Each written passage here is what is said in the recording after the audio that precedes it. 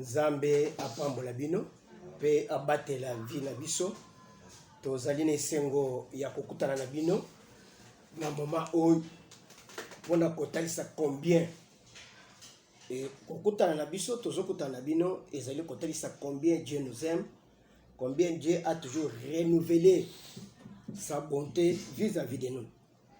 C'est pourquoi na lingete avant toute chose tokitisa mito na biso tosambela totia makambo nyonso na loboko na Nzambe tosambeli na kombo na Yesu.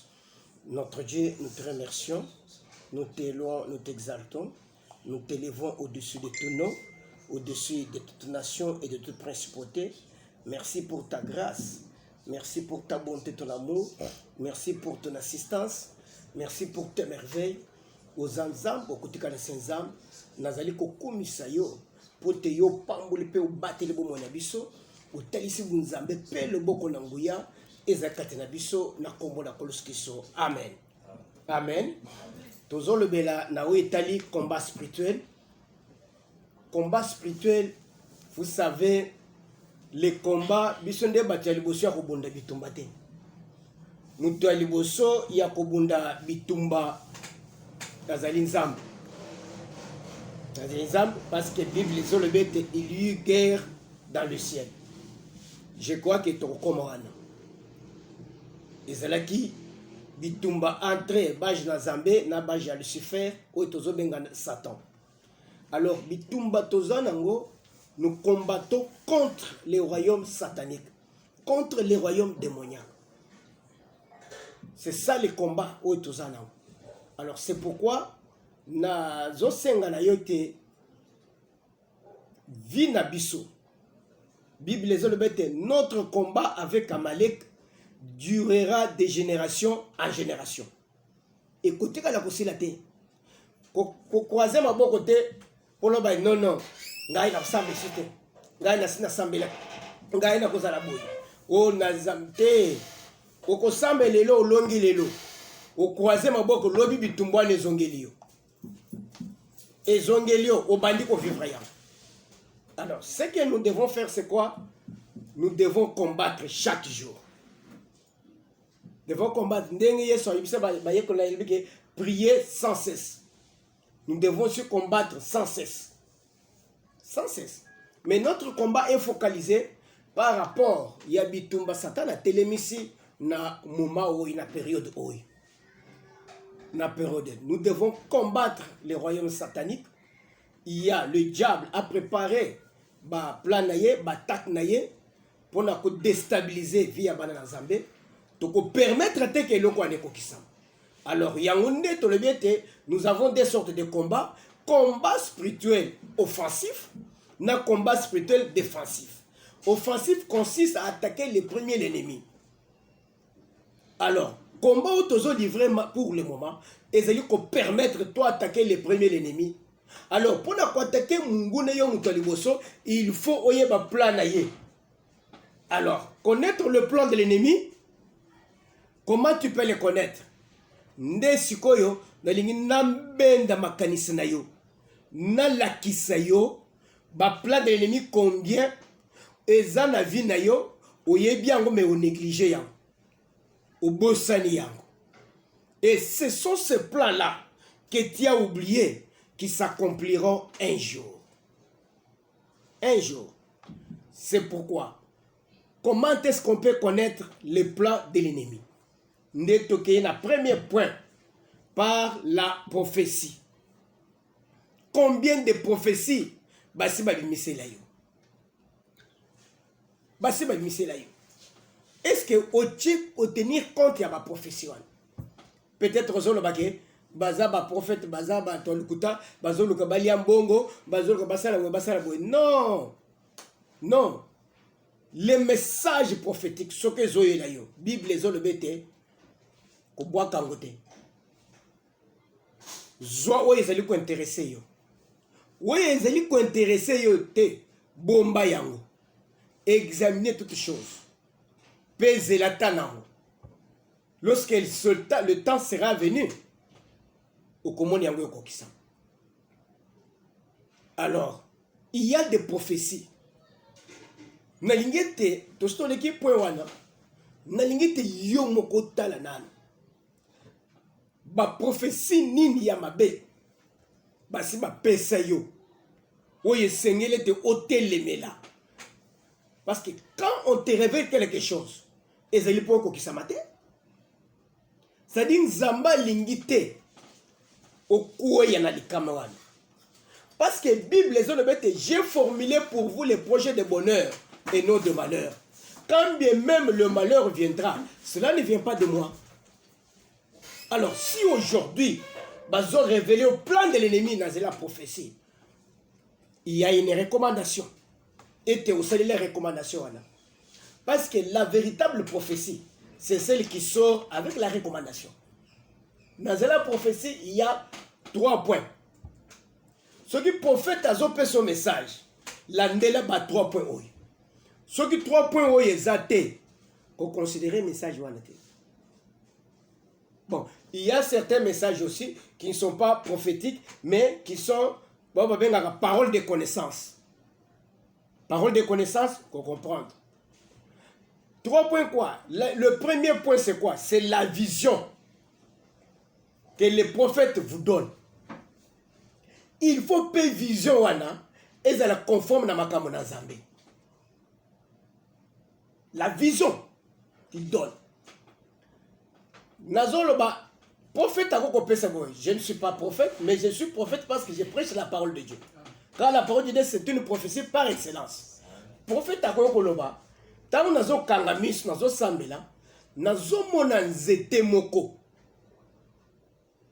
Bayena zeton mu pepe makasi ezobeta na moni zeton ekwei tango ezokweya elali na porte no ya ndako bitape na ngwe kotiti na kati ya ndako tango nazotuna Nzambe ete elingi koloba nini Nzambe azolobela ngai ete nzete wana eza vision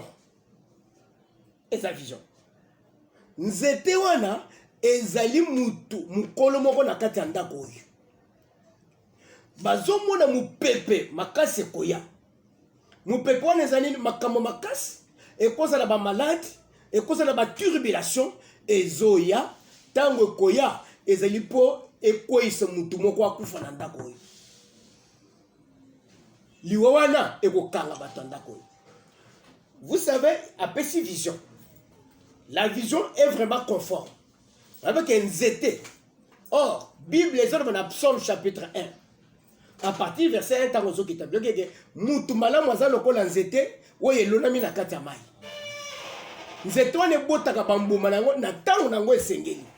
Alors, vous voyez déjà que la vision avec le discernement, ezaliko se marier par rapport à la parole de Dieu. Directement, on s'entend le ça, c'est un message de Dieu. Maintenant, on peut si vision. Aïe qu'on peut un discernement. Maintenant, il faut tout la recommandation. S'il n'y a pas de recommandation, c'est que le prophète n'est pas branché. Il doit être branché. Bapé ce message. Ou bien message, ça ne vient pas de Dieu. Ou bien c'est pour troubler seulement la vie de la maison. Parce que la plupart, il y a pas prophète, c'est sûr qu'il y a un message bongo, par après, au moni, à un côté, non, Zamba lobby, ça l'a offrande. Pesanga offrande, assemble les yo. Ce qu'on mis sur offrande, on peut sur place. Assemble Zamba, l'exinga, liwe, lobwe. Kaka sur place. Et prophétie, il y a Ézéchias, na Esaïe. Mais nazo tourna yo. Esaïe, Ézéchias appelle ça qu'Esaïe mbongo combien? Vous comprenez ce qui se passe? Alors, c'est ça, vous devez être bien formé dans Makam Nzambe. Ce que vous avez bien formé, au Kosala Baba vu rebelle, peut-être Nzamba vous allez en ayoter. Alors, quand on donne la vision, la carte prophétie, on donne le discernement. Après le discernement, il y a une recommandation. Zamba bimisaka message pour mouton quoi na kata message wana te. Alors, qu'est-ce qu'il faut pour s'en sortir?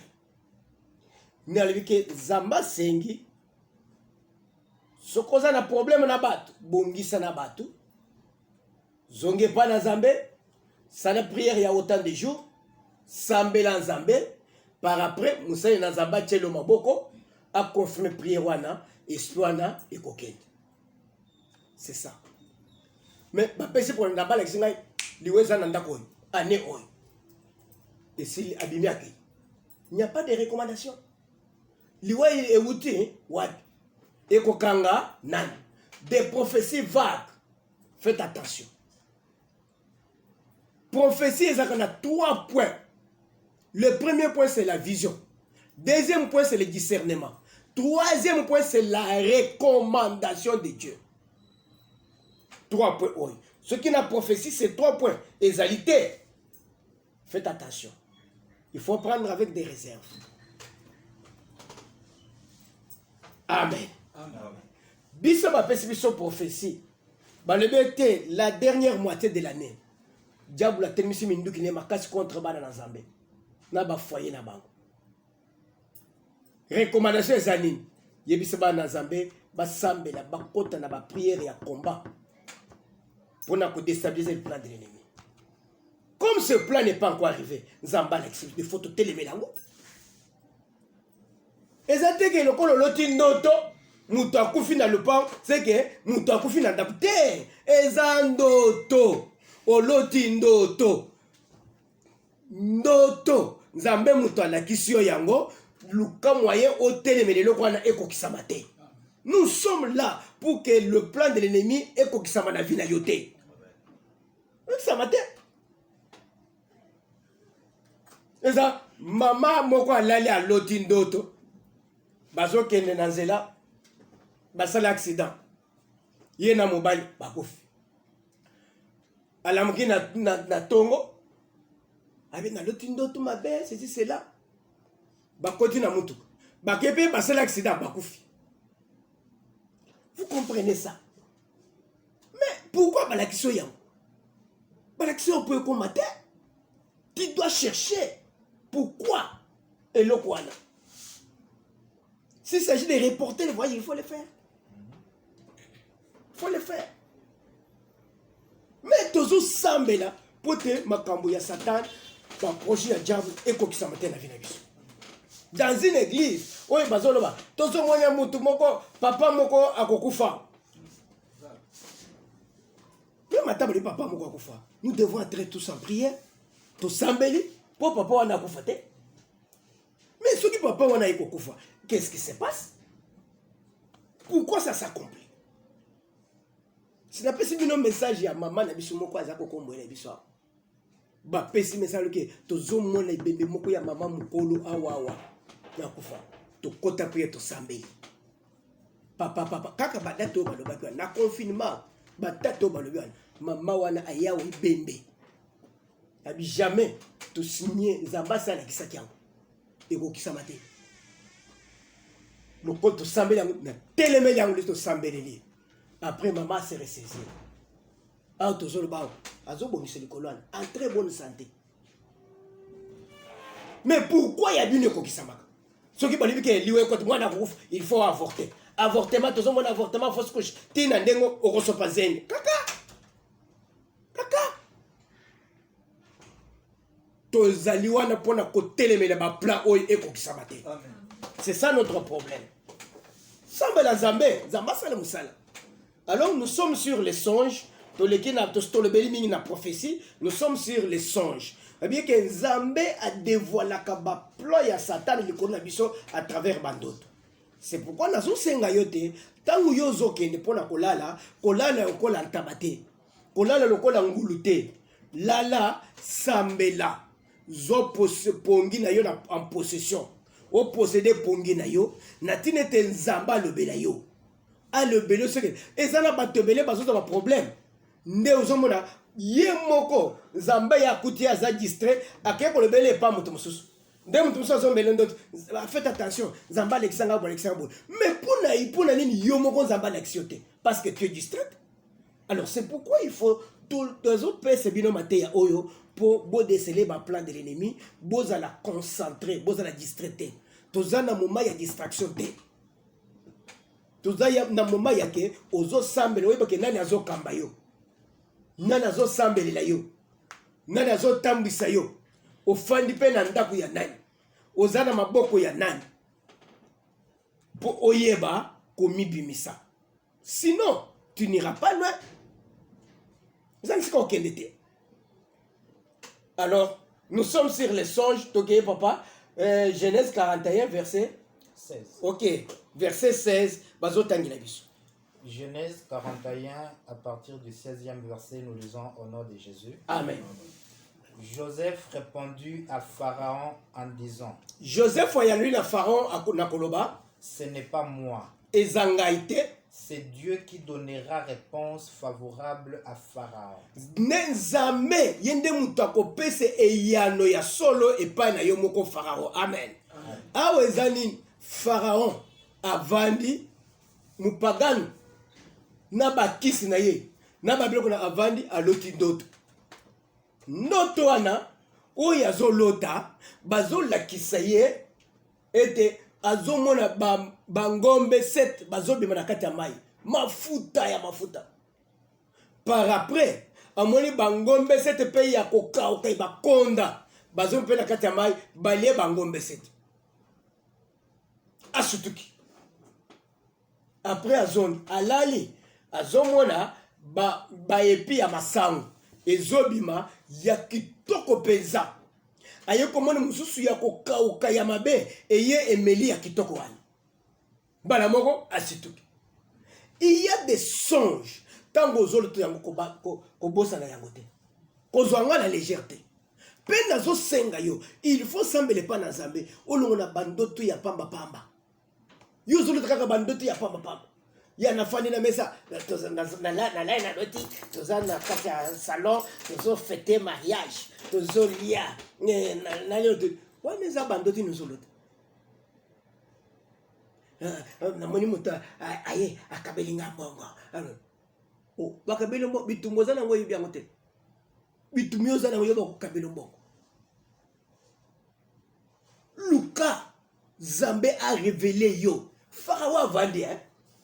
Il mangeait bien, alzo lala bien. Azaki pe na espoir te qu'un jour makambo makase koko yela ye. Mais alali tala ndoto azolota. Même ata ndoto oyo na Nebukadnezar alotaki wana. Tokozongela ngo. Eza ndoto nini? Nzambe zo révéler makambo oyo koya kosalema na kati ya mokili. Les choses qui vont s'aboutir même à l'avènement de Jésus-Christ. Un roi païen. Zambazo la kisaye.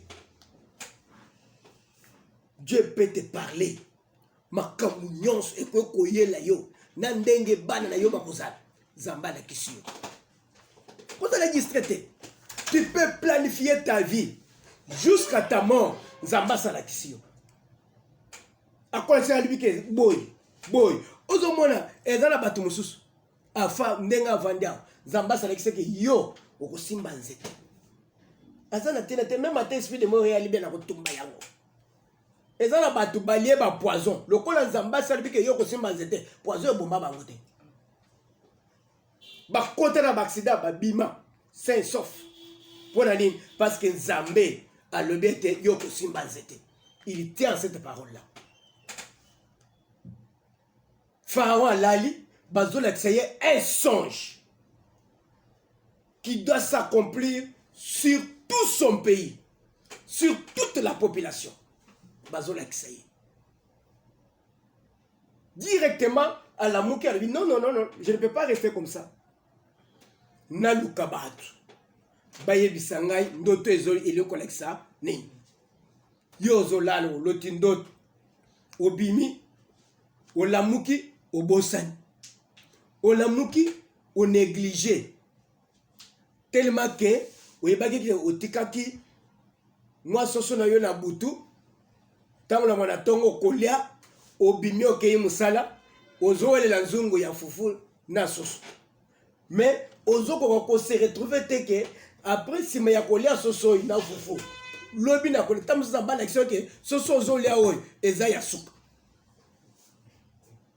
soko luki Nzambe bien te okoya kolia mususu te. Yo weleli kaka ule papa obimi okei. Mutu nyama. Bayebiso nini na butu. Bayebiso nini na ndoto na yo. Pharaon la mukalbi te nakobima te. Nakotambola te. Benga batu nyonso. Babengi ba magicien batu nyonso baye bafandi. Babike tala ndoto na loti. Bopesa nga explication. Bande kwa na babundi bakokite. Mundi bakokite. Albete mutu ya ko réussir. Na ko promouvoir ye. Na ko matisa ye. Mutu moko ta longaki. Vous savez, nous avons le devoir ya kolonga na vie na biso. Nous avons le devoir, même ata okutamina situation dengenini, a elongo na Yesu, tu dois vaincre. Amen. Nazolo bate liwa eko isayote. Maladi eko isayote. Oui, kofuka mela liwa te. Kofuka mela pauvreté te. Kofuka mela maladie te. Il faut ta maladie ye olongi yango. Je suis en train de prier, toi l'enfant de Dieu, avec Jésus-Christ. Nous devons être plus que vainqueurs. Amen. Nous devons vivre dans la victoire.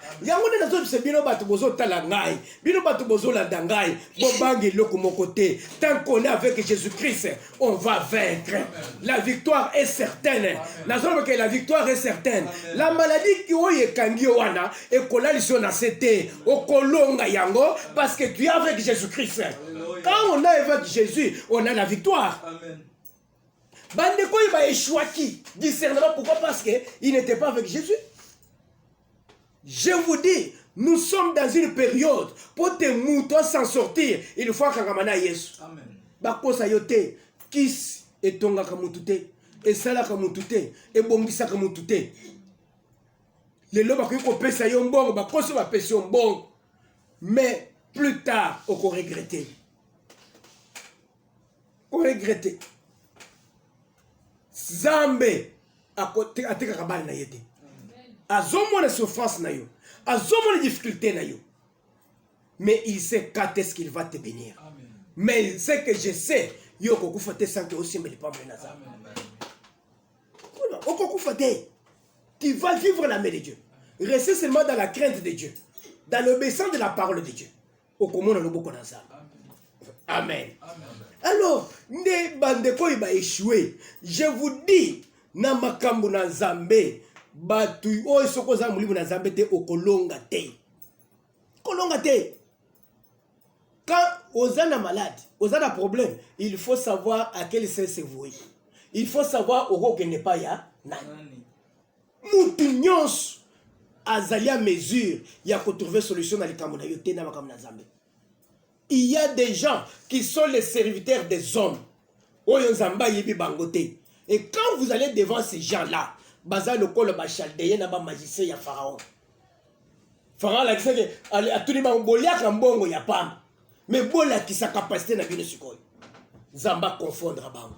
Tikete Nzamba confondre mayele ya batu nyonso. Oyo baza na kati ya kisi. Ba magicien na ba féticheur ke Nzamba confondre bango. Oyo bazo luka ba détruire vina ba déstabiliser vina yo. Nzambo ilikola confondre bango. Nzamba la kisa bango ete il est le véritable Dieu. Ete yo za na loboko na Nzambe mutoko toucher yo akozala te. Amen. Batale ba na likambo yo tokende koloka Joseph. Bake koloka Joseph. Je voudrais que na mikolo tozo kende liboso batu baya koloka yo. Misala mususu Nzamba saleke pote esalema kaka soki yo ozali. On puisse papa ba solliciter yo na batu belé okomo opone bisika kokende. Ce Dieu là est à mesure. Ya kosala te mwasi. Ngai na sina moni mwasi alibali azana zemi boy. A côté na ni na taxi akeko sumba mafufu na libongo bazo linga ye naze abina za mwasi abata bite ngai na kobala yo na chena nda na bokoli na mwanwana. Alléluia. Okoko le bakekele ki pare o te ezamuli mabete. Et Nzamba télémise étoile na ye. Nzamba fungoli étoile na ye. Fungoli étoile. Pendant que Zana basi bazana zemite. bazana mabala te mibali bazolinga bango te bazotamana ba mini jeep mais mibali babuzomona bango bazolinga bango te ali bakame mwasi wana labe wana mwasi te ngai nalingi nde yo nalingi nde yo yo na nomoni mwasi na kati na ndako libala te mobali azoya kobetele bato c'est-à-dire banzela na eza kofungwama nzambe asaleke banzela na yo efungwama banzela efungwama baya koluka yo ndenge balukaki Joseph nkana nazoloba ke biso tokoluka musala te musala ekoluka biso bapatron bakoya koluka biso si tu pries bien on viendra te solliciter biso toza bato tozosambela bisika ovandi bato bazoya koluka yo balibete likambo moto akoki kosala yango nzambe akamati kombo ya moto wana atie na mitema ya bato bokende koluka ye baye baluka yo balibete tala papa oyo ye nde moto akosala makambo baye barécupere okei osali mosala wana mpe osimbi mbongo. C'est possible avec Jésus. Est-ce que si tu pries bien avec moi, le Seigneur va le faire? Oyibe loko zalaka ezalaka ke kosamba l'église te eloko zalaka important na kati église tant ozo sambela ba voix efungama ba ouverture efungama tikete nzamba fungulo ba ouverture ba kanisa yo ndenge ba kanisa ki Joseph na kati ya prison na kati ya pasi bakanisi ye po abima na kati ya prison na kati ya nzala na yo na kati ya seliba na yo nzambo ya likolo akanisa yo babimiso na kati ya seliba bamiso na kati ya pasi mobali oyo akenda mwasi oyo akenda akanisa yo aya bimiso na kati ya difficulté ngai na moni naza na ndeko moko ya mwasi ayaka kosambela kosambela tozosambela na yawa aza na fiancé na ye moko aza na Allemagne akenda abala na mwa basi kuna afanda ti kaka mikolo nde bafuna na basi wana libale kufa bapanzana ayekota ezana makambo mususu oyo wasi na ngai wana azali kosalela ngai oyo basi batekeli kosalela ngai te. Je vais les rappeler. Ndeko avandi tosisi prière dimanche a komi na ndako de tolobake nzamba pambola bino semaine oyo bobanda nzambo banda makambo ya bien téléphone soki eleli ya bien dimanche wana téléphone eleli atana boy fiancé na yo oza susu nga alibi nazali nini nazana poso landa ngai abi jamais abi nazana poso landa ngai pona nini ezana makambo mususu oyo za kosalela ngai oyo na basi nyonso na bali batekeli kosalela ngai te wana eza caché na yo moko. C'est pourquoi nebisaka ba maman même na libala ofandi ezala na ba pointe na yo moko ba touche na yo moko yake ozo beta yango même ata mobali ake wala même Anastasie azaka ka fin omoni pas zamba télévision azongisi yo nde directement alebi kende na western na kende na western atindele mbongo to d'abord zona no mbongo wana aye ko tindele ordinateur atindele tablette atindele téléphone atindele na bilamba ndenge za boye bazo sala ba démarche soki za confinement te nde asa voyager. Qui peut aussi se souvenir de toi? Quand est-ce qu'on se souviendra de toi? Ndenge ba kanisa ki David Joseph tikete na passe yo monde na pas difficulté yo monde na kati ya prière oyo nzamba kanisa yo nzamba kanisa yo yake nazo na ndako na yo ozokisola ke nzamba lekaki awa akaniseli ngai atiki na ndako na ngai ba congélateur oyo ba télévision oyo atiki ba kiti oyo atiki c'est ça tikete nzamba kanisela yo. Alléluia. Kaka ndenge nazolo boy nzamba zo salam babengi Joseph aye batuniye azolo bete ndoto wana ngai mutu na kopesa te nzambe nde akopesa explication na. Vous savez Bible ezolo bete ce n'est pas moi qui vis mais c'est Christ qui vit en moi. Amen. Alléluia. Dans tout ce que nous faisons ezabisote c'est